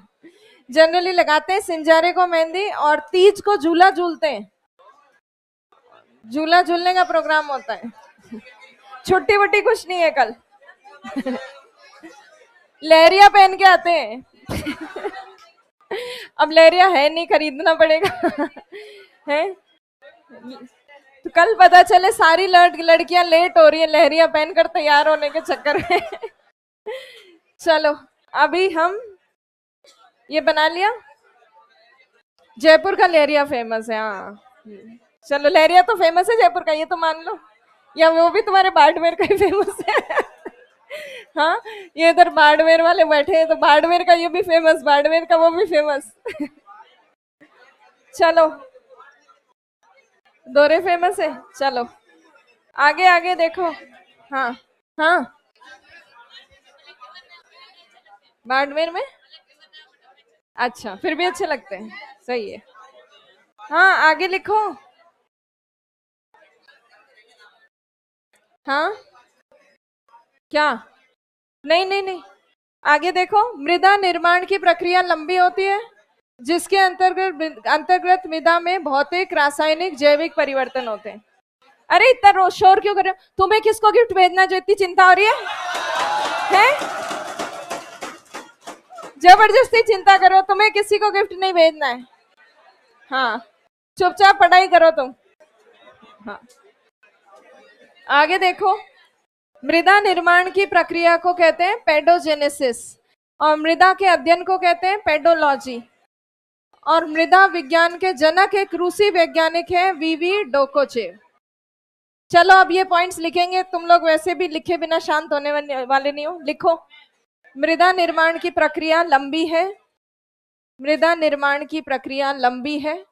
The process of soil formation is very long, the process of soil formation is very long, बहुत लंबी है। जिसके अंतर्गत मृदा में, जिसके अंतर्गत मृदा में भौतिक रासायनिक, जिसके अंतर्गत मृदा में भौतिक रासायनिक जैविक परिवर्तन होते हैं, जिसके अंतर्गत मृदा में भौतिक रासायनिक जैविक परिवर्तन होते हैं। The process of soil formation is very long, during which soil undergoes physical, chemical and organic changes, physical, chemical and organic changes। मृदा निर्माण की प्रक्रिया को पेडोजिनेसिस कहते हैं, बोर्ड पे लिखिए है। मृदा निर्माण की प्रक्रिया को पेडोजिनेसिस कहते हैं। The process of soil formation is called pedogenesis, the process of soil formation is called pedogenesis, pedogenesis कहते हैं। फिर लिखिए, मृदा के अध्ययन को पेडोलॉजी कहा जाता है। मृदा के अध्ययन को पेडोलॉजी कहा जाता है। Study of soil is called pedology, study of soil is called pedology, pedology. फिर लिखिए, मृदा विज्ञान के जनक रूसी वैज्ञानिक वीवी डोकोचेव को माना जाता है। मृदा विज्ञान के जनक रूसी वैज्ञानिक वीवी डोकुचेव को माना जाता है। Russian scientist V V Dokuchaev is considered as the father of pedology, is considered as the father of pedology, father of pedology। मृदा विज्ञान के जनक रूसी वैज्ञानिक वीवी डोकुचेव को माना जाता है। तो ये बेसिक इंट्रोडक्शन हुआ। अब हेडिंग डालिए, मृदा को प्रभावित करने वाले कारक। मृदा को प्रभावित करने वाले कारक, 9 मिनट है। Factors affecting soil. मैं तुम्हें गिफ्ट दे रही हूँ ये सिंजारे का, है ना, तुम्हें ये सॉइल करवा रही हूँ, मिट्टियों, धूल, मिट्टी। हाँ अच्छा, मृदा को प्रभावित करने वाले कारक, फैक्टर्स अफेक्टिंग सॉइल। पहले कारक की हेडिंग डालिए, पेरेंट मटेरियल, पेरेंट मटेरियल, जनक सामग्री,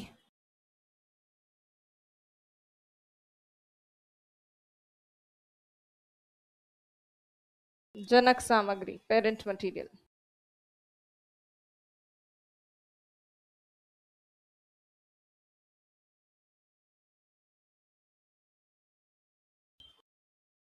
फैक्टर्स अफेक्टिंग सॉइल, मृदा को प्रभावित करने वाले कारक, और उसमें सबसे पहले जनक सामग्री, पेरेंट मटेरियल।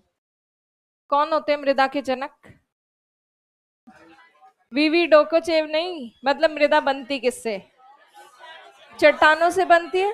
तो चट्टान ही क्या हो गई? जनक सामग्री हो गई, पेरेंट मटेरियल हो गया रॉक्स का, इसका सैंड सॉइल का।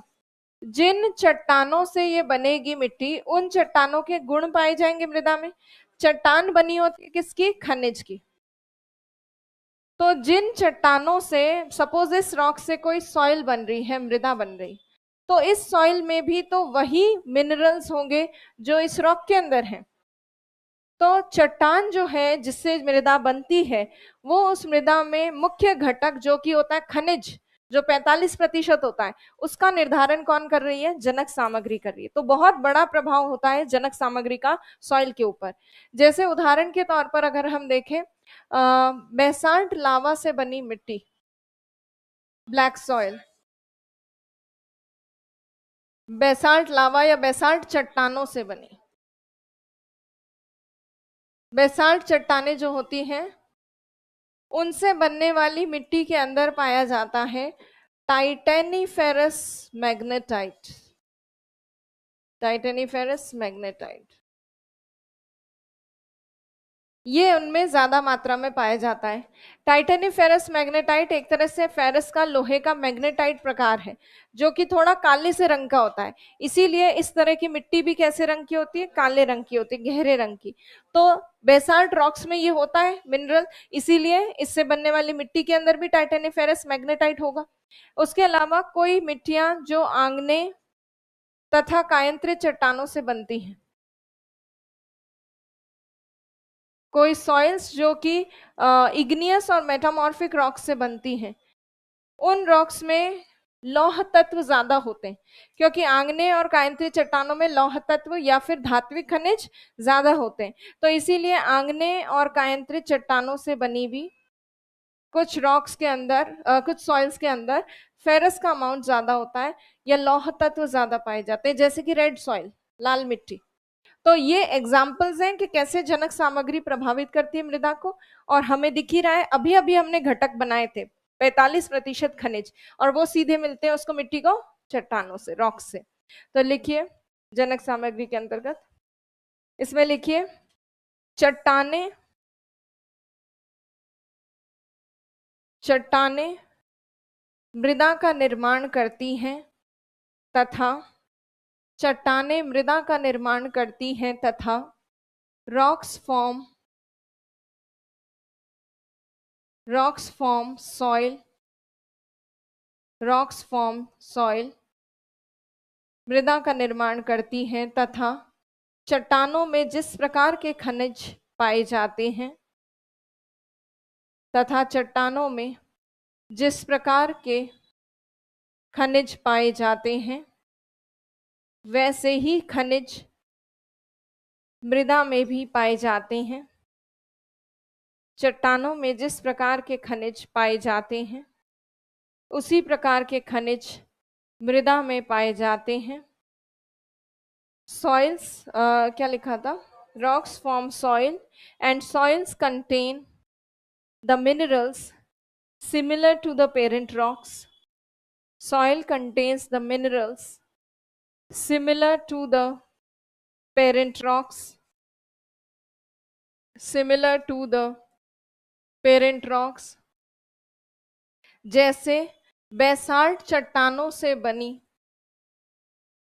काली मृदा में, जैसे बेसाल्ट चट्टानों से बनी काली मृदा में, for example black soil formed by basalt rocks, for example black soil formed by basalt rocks, basalt चट्टानों से बनी काली मृदा में टाइटेनीफेरस मैग्नेटाइट पाया जाता है, टाइटेनीफेरस मैग्नेटाइट पाया जाता है।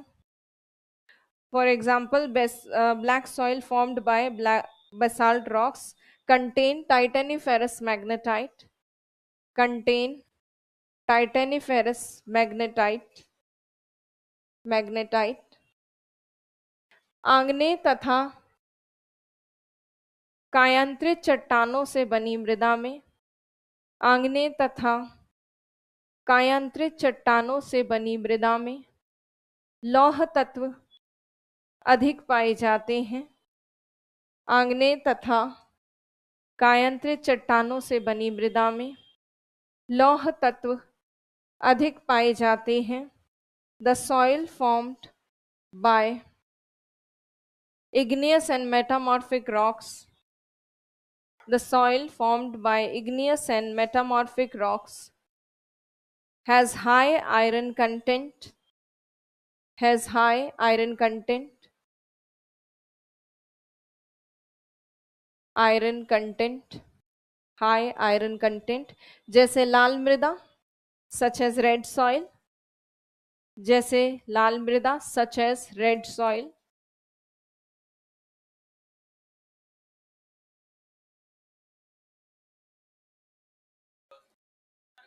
हाँ कल ही करेंगे, बस लिख देना हेडिंग। अवस्थिति करेंगे कल, लोकेशन एज अ फैक्टर कल डिस्कस करेंगे, हेडिंग डाल के रख लेना, अवस्थिति लोकेशन, लोकेशन। चलिए बाकी कल करेंगे। Okay, thank you.